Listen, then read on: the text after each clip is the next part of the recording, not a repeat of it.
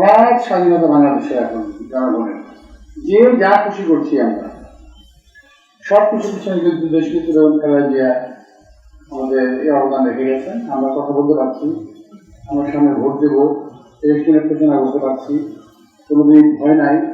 আমার মনে আছে 2018 সালে যখন আমি নির্বাচন করি, আমার ওয়াইফ এবং আমি নিজে বিভিন্নভাবে আক্রান্ত হয়েছিলাম এবং আমার বাসাটা মোটামুটি একটা কি বলবো রেখে হাসপাতালের মতো অবস্থা হয়ে গেছিল। ওখান থেকে 3টে অ্যাম্বুলেন্সে, এই ডাক্তার অফিস পাশে আছে, সে এবং তার সহকর্মীরা মিলে 3টে অ্যাম্বুলেন্সে আমার বাসা থেকে শুধুমাত্রই পাঠানো হতো, ওই যে পেশেন্টে পাঠানো হতো। কোনোটা বায়োডেমে, কোনোটা পিজিতে, কোনোটা মেডিকেলে ভাগ করতে পাঠানো হতো। এমনি একটা অত্যাচার আমাদের করে গেছে। সেই অত্যাচার থেকে দেশনেত্রী বেগম খালেদা জিয়া আমাদেরকে উদ্ধার করে গেছে। নিজের জীবনের বিনিময়ে তিনি এই দেশটাকে রক্ষা করেছেন, উদ্ধার করেছেন। আজকে একটা কথা না বললেই নয়, নির্বাচনের এই সুযোগটা নিয়ে এই দেশে কতগুলো মানুষ, কতগুলো প্রতিটি রাজনৈতিক দল, যারা এই দেশের স্বাধীনতা সার্বভৌমত্ব কখনোই পছন্দ করেনি, তার দেশটাকে আবারও একটা অজানা গন্তব্যের দিকে ঠেলে দেওয়ার চেষ্টা করছে। তাই চেষ্টা করছি যাতে এই নির্বাচন না হয়, কারণ তারা নির্বাচনের জন্য প্রস্তুত নয়, কারণ তাদেরকে দেশের জনগণ গ্রহণ করছে না।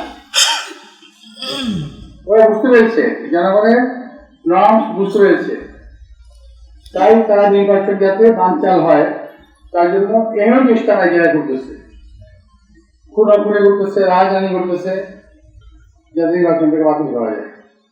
খুব সম্প্রতি একটা ঘটনা আপনারা দেখেছেন যে একটা ছেলে গুলি খেয়ে মারা গেছে।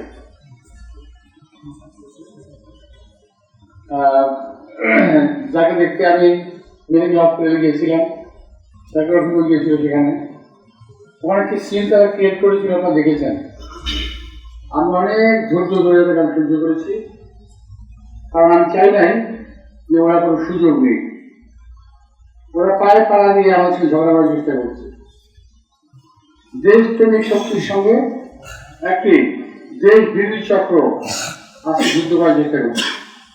কিন্তু আমি আগে বলছি এখনো বলি যে আমরা কখনোই তাদের এই চক্রান্তে পা দেব না। দেশ নেত্রী আমাদেরকে ধৈর্য শিখিয়ে গেছেন, আমরা সে ধৈর্য ধরে থাকবো। দেশ নেত্রী এবং খালেদা বলেছেন, আমি এই দেশের মাটি মানুষের বাইরে কোথাও আমি যাবো না। উনি কিন্তু জান নাই, অনেক অত্যাচার হয়েছেন, উনি জান নাই। আমরা যখন ওনাকে হসপিটালে দেখতে গেছি, যেখানে রাত্রে যেখানে কোনোদিন বিরক্তির ছাপ দেখিনি। খাওয়া কষ্ট দিয়েছে, ওষুধে কষ্ট দিয়েছে, চিকিৎসায় কষ্ট দিয়েছে। আমার বারবার বলেছিলাম উনি ডায়াবেটিকের পেশেন্ট, অন্তত বাজারে পাঠান, ওরা পাঠায় নাই। উনি অসুস্থ, উনি বিদেশে পাঠান, ওরা পাঠায় নাই।